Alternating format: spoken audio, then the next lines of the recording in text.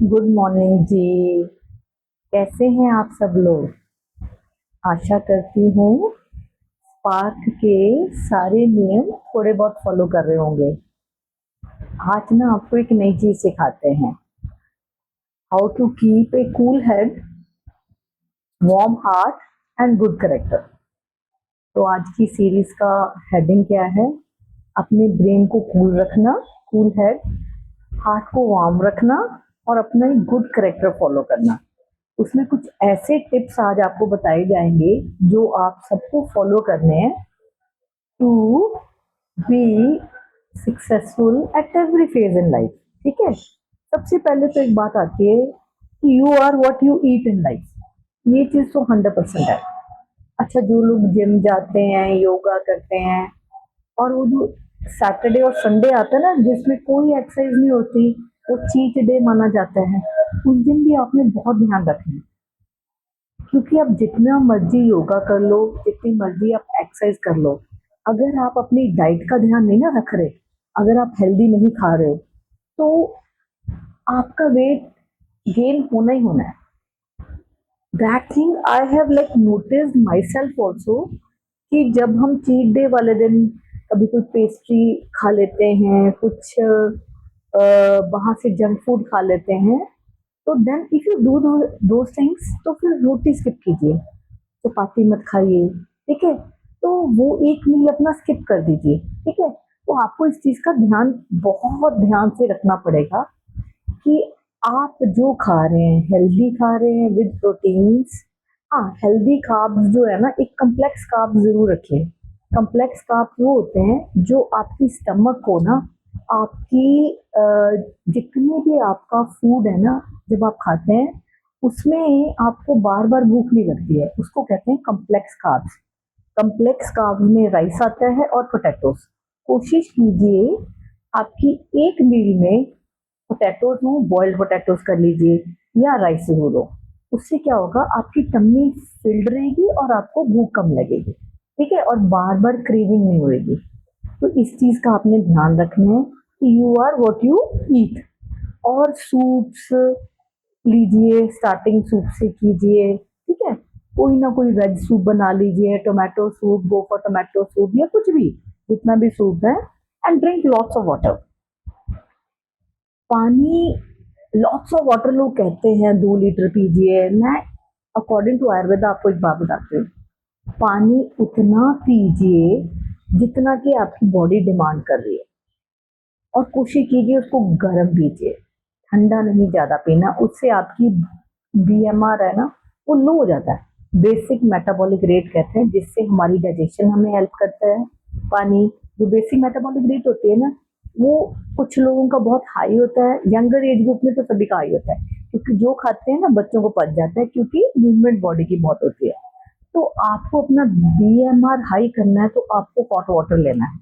ठीक है, और उतना पानी लीजिए जितना जरूरत है। और कोशिश करनी है अकॉर्डिंग टू आयुर्वेदा, खाने के बीच में पानी ले सकते हैं, सिप सिप।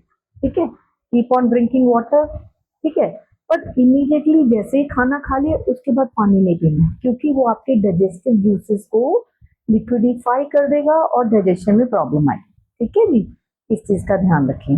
अब एक बहुत इंपॉर्टेंट चीज है, आपने अपने आप से रोज एक सवाल करना है, so that you come to know be the best version of yourself, कि क्या मैंने अपने बर्डन्स, अननेसेसरी बर्डन जो अपनी लाइफ में अपने ब्रेन पे रखे हुए हैं, डिड आई रिलीज देम?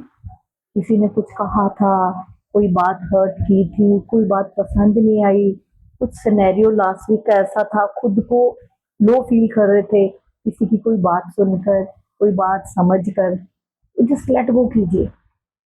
हमेशा अपने ब्रेन को इमीडिएटली क्या बोलना है, ये सिचुएशन या ये इंसान मेरी ग्रोथ के लिए आया था, और मैंने अपनी तरफ से अपना दी बेस्ट किया, and let me just relax, let me just let go.